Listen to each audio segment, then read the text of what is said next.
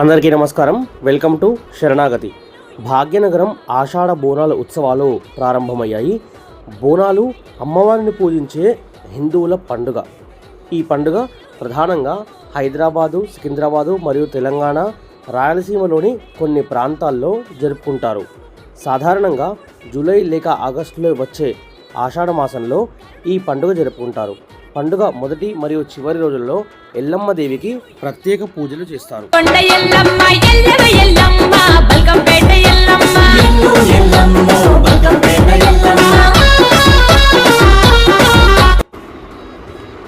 భోజనం అని అర్థం కలిగిన బోనం దేవికి సమర్పించే నైవేద్యం.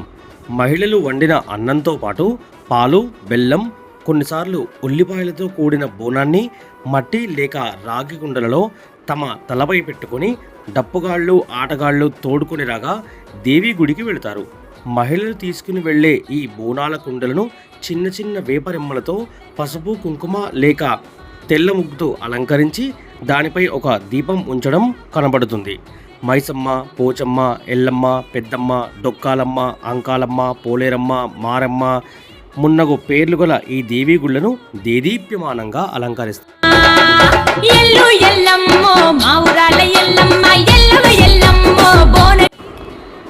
ఆషాఢ మాసంలో దేవి తన పుట్టింటికి వెళ్తుందని నమ్మకం.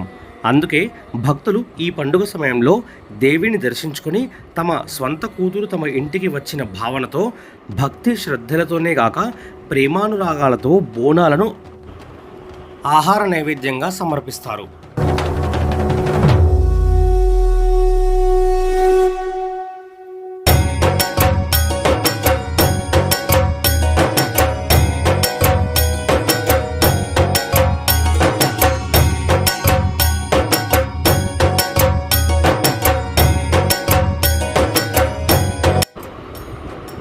పండుగ రోజున స్త్రీలు పట్టుచీరలు, నగలు ధరిస్తారు. పూనకం పట్టిన కొందరు స్త్రీలు తలపై బోనం మోస్తూ డప్పుగాళ్ల లయబద్ధమైన మూతలకు అనుగుణంగా దేవిని స్మరిస్తూ నర్తిస్తారు.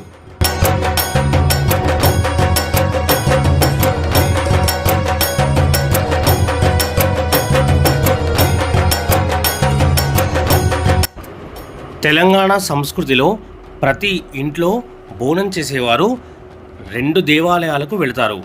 తమకు ఇష్టమైన దేవాలయాలు చిన్నప్పటి నుంచి వాళ్ళ అమ్మ వాళ్ళు, అమ్మమ్మ వాళ్ళు లేదా నాన్నమ్మ వాళ్ళు సాంప్రదాయబద్ధంగా పరంపరగా ఏ దేవాలయం అయితే వస్తుందో ఆ దేవాలయానికి వెళ్ళి దేవికి బోనం సమర్పించడం ఆనవాయితీగా మారుతుంది.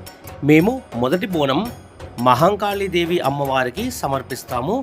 నేను చూస్తున్నప్పుడు చిన్నప్పటి నుంచి ఇదే దేవాలయానికి వస్తున్నాము. చిన్నప్పుడు ఈ దేవాలయం చాలా అంటే చాలా ఇరుకుగా చిన్నగా ఉండేది. ఇప్పుడు దేవాలయం చాలా అభివృద్ధి చెంది విశాలంగా మారింది.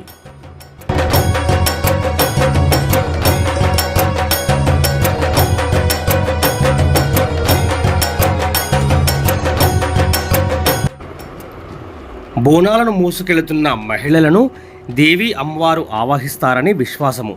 మహంకాళి అంశ రౌద్రాన్ని ప్రతిబింబిస్తుంది కావున ఆమెను శాంతపరచడానికై ఈ మహిళలు ఆలయమును సమీపించు సమయంలో వారి పాదాలపై మిగిలిన భక్తులు నీళ్లు కుమ్మరిస్తారు.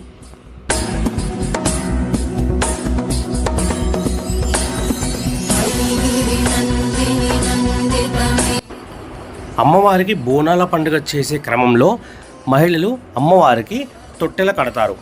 ఈ తొట్టెల కట్టి తమ కోరికలను అమ్మవారికి చెప్పుకొని దండం పెట్టి ఆ కోరిక వచ్చే సంవత్సరం బోనాల వరకు తీరాలని భక్తిపూర్వకంగా నమస్కరిస్తారు.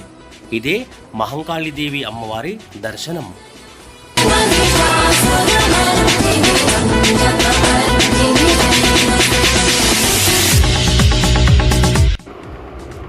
బోనాల పండుగ సందోహం గోల్కొండ కోటలోని గోల్కొండ మహంకాళి ఆలయం వద్ద మొదలై లష్కర్ బోనాలుగా పిలువబడే సికింద్రాబాద్లోని ఉజ్జయిని మహంకాళి ఆలయము, బల్కంపేటలోని ఎల్లమ్మ దేవాలయాల మీదుగా ఓల్డ్ సిటీ ప్రాంతానికి చేరుకుంటుంది.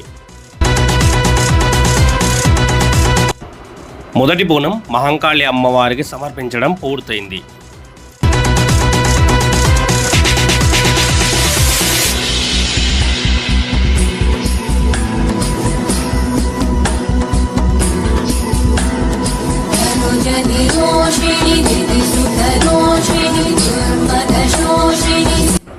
ఇక రెండవ బోనం నల్లపోచమ్మ దేవాలయానికి తీసుకెళ్తున్నాం. నల్లపోచమ్మ దేవికి రెండవ బోనం సమర్పించడం మా ఆనవాయితీ.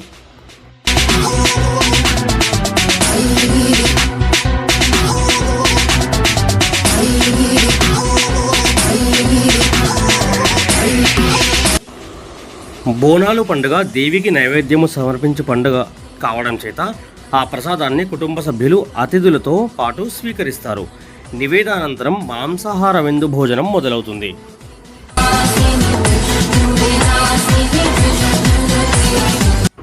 పండగ జరిగే ప్రాంతాల్లో వేపాకులతో అలంకరించబడిన వీధులు దర్శనమిస్తాయి.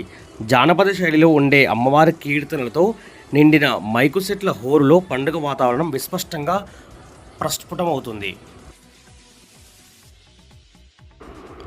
తమ భక్తికి చిహ్నంగా ప్రతి భక్త బృందము ఒక తొట్టెలను, కాగితము, కర్రలతో కూర్చబడిన చిన్న రంగుల పరికరంను సమర్పించడం ఆచారంగా వస్తుంది. దేవి అమ్మవారి సోదరుడైన పోతరాజును ప్రతిబింబించే ఒక మనిషి చేత పట్టుకొని సమూహాన్ని నడిపించడం ఇంకొక ఆనవాయితీ. పోతరాజు పాత్రను పోషించే వ్యక్తి స్ఫురద్రూపిగా, బలశాలిగా ఉంటాడు.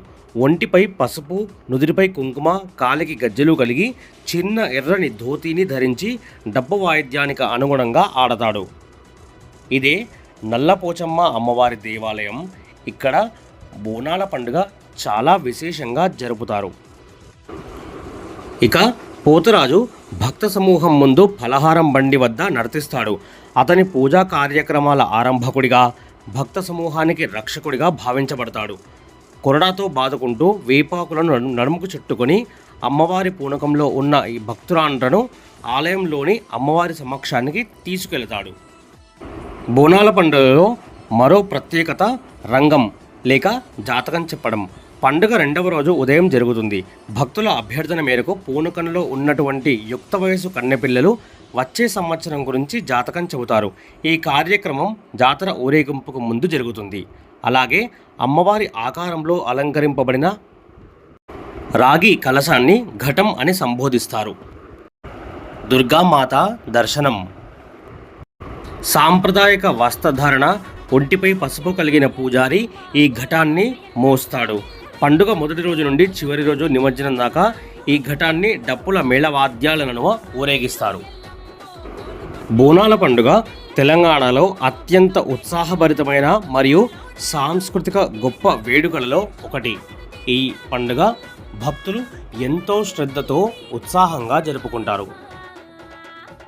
బోనాల పండుగకు గొప్ప చరిత్ర ఉంది. 1813వ సంవత్సరంలో హైదరాబాద్ మరియు సికింద్రాబాద్లను ప్లేగు వ్యాధి అతలాకుతలం చేసినప్పటి నుండి ఇది ప్రారంభమైంది. సైన్యం మహంకాళీదేవిని ఈ అంటువ్యాధిని అంతం చేయమని ప్రార్థించింది. వారి ప్రార్థనలకు సమాధానం లభిస్తే ఒక విగ్రహం నిర్మిస్తామని హామీ ఇచ్చింది. అప్పటి నుండి బోనాలు వైభవంగా జరగడం మొదలుపెట్టాయి. బోనాల పండుగను 2014 నుండి తెలంగాణ రాష్ట్రంలో రాష్ట్ర ప్రభుత్వం అధికారిక పండుగగా ప్రకటించింది.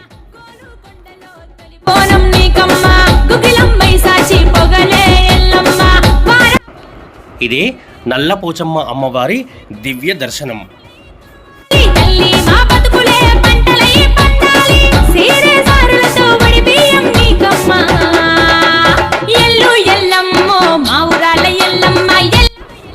అమ్మవారి సోదరుడైన పోతరాజుకు ప్రతిబింబంగా ఇక్కడ విగ్రహాన్ని ఏర్పాటు చేశారు. పోతరాజు అంటే అందరికీ భయంతో పాటు ఎంతో ఇష్టం, భక్తి కూడా ఉంటాయి. ఎందుకంటే మనుష్యులని పట్టి పీడించే దుష్టశక్తులను పోతరాజు తన ఈరగొల్లతో దండిస్తాడని ప్రజలు బలంగా నమ్ముతారు. మహిళలు మాత్రమే కాకుండా చిన్న పెద్ద అనే తేడా లేకుండా బోనాల పండుగను తెలంగాణలో ఎంతో ఇష్టంగా జరుపుకుంటారు. ఈ బోనాల పండుగ మీరు జరుపుకున్నారా? ఎలా జరుపుకున్నారో, ఏ దేవాలయాలకు వెళ్ళారో కామెంట్ చేసి చెప్పండి. ఈ వీడియో మీకు నచ్చితే దయచేసి లైక్ చేసి కామెంట్ చేసి మీ బంధుమిత్రులందరికీ ఫార్వర్డ్ చేయండి. అలాగే శరణాగతి ఛానల్ని సబ్స్క్రైబ్ చేసుకోండి. పండుగలకు సంబంధించిన మరిన్ని వీడియోస్ వస్తూనే ఉంటాయి.